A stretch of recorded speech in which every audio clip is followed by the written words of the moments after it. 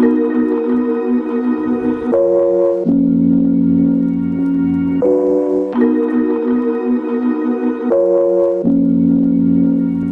have worked in the inner city for most of my teaching career. I've worked in some suburban and some rural areas, but the majority of my experience has been in the urban sector, and the majority has been working as an English as a second language teacher, and I absolutely love it. I wake up every day and I drive through my neighborhood, and I am thankful, and I do realize that I live a life of privilege because I know that I'm going to get a paycheck every 2 weeks, and that there is stability in my home, that there's love, there's life, there's laughter. But at the end of the day, I have to think about my students and the reality that they live is not like mine at all. And when I go into the classroom each day, I have to remember that. I have to. So working in my school district is hard. It's something that I don't try to paint this pretty picture that, it's not like the ending in the movie Dangerous Minds or in Stand and Deliver. It is hard work. And some days it is wonderful. And other days it is really, really, really hard. I mean, really hard. I have students who come from single parent homes. And just to give you a little background of my district, I work in one of the most dangerous areas of the section of the larger city that I'm a part of.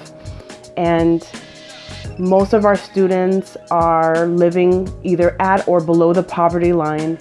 Many of our students are coming from single parent homes.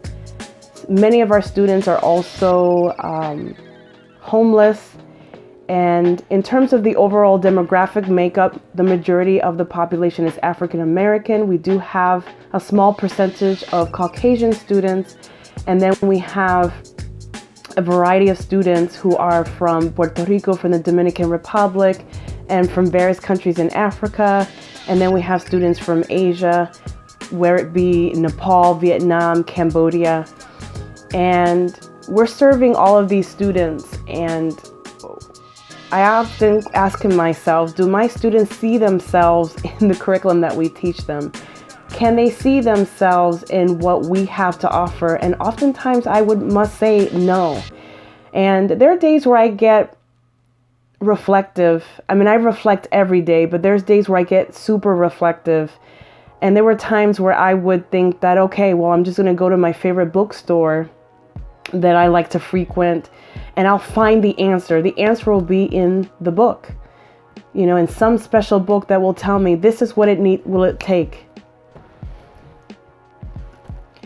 This is what it's going to take to turn my classroom around. Because I'm working with students who are reading several grade levels below where they're supposed to be.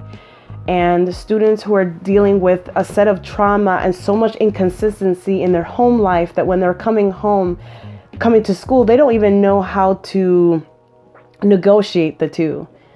So I feel that the best thing that I have done is to really try to understand where my students are coming from and to understand the culture of their city. Because even though I grew up in the inner city, every city has its own flavor, its own dynamic, its own rhythm, its own life.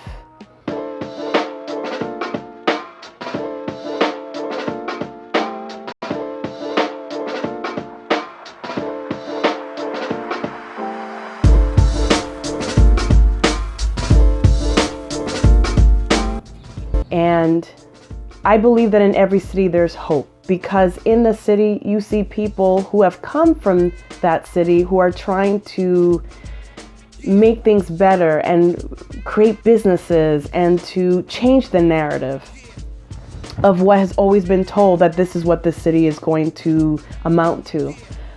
But I think it's my job to try to form a relationship and really get to know them. Get to know how many people in their family and what they like to do and what their interests are. Goes a long, long way. But I'm not here to say that, oh yes, I have it and it's been perfect, because it's not. I mean, I've had students who have left me and have gone the wrong path. And then I have other students who have turned it around, and I've later realized that they realize all that I tried to instill with them within that year that I had them in 8th grade. But to me, I think it's a miracle that my students, as soon as they leave my supervision, that they walk home and they arrive home safe and come back safely, because they're living in a world where the world is not going to see them the way we see them. We see potential, we see hope, but they live in a world where they're going to see someone who doesn't look like them, or someone who is of a darker color skin, and immediately think that, oh, well, they already have labels that are placed against them. And we try to teach our students these things, and they already know this, but we try to make them realize why it's more apparent and there's a more urgent need for them to really bust their behind when they're in our care. But I don't know in what type of setting that you work in, whether it's inner city or not. I know that it's hard. It's really hard, because no matter where you work, our students are being filled with images every time about what it means to be successful, and images about themselves and how they think about themselves. And it's up to us to help them change that mindset, to have a growth mindset.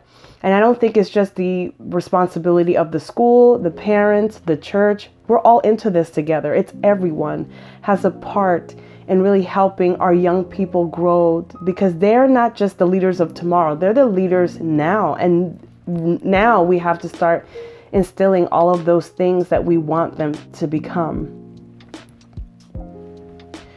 I can't imagine how hard it has to be for some of the families, and the kids are coming from single parent moms or dads who are literally trying to figure out how to make ends meet day to day. Day to day is a survival. And it's just hard. It's just hard when your students know that when they come home, they're not going to have the consistency of a warm meal, that sometimes it's up to them to work and to get what their family needs, because again, their family alone cannot supply what they need. And that's what's in their mind. That's what's in their head day to day. They're not thinking about, oh, I need to make sure that I finish these exercises for math for this test. I mean, they're street smart, and they're working in survival mode. But I believe that at the end of the day, you're not going to be able to reach all your students. You have to put things into perspective. And that's what's helped me.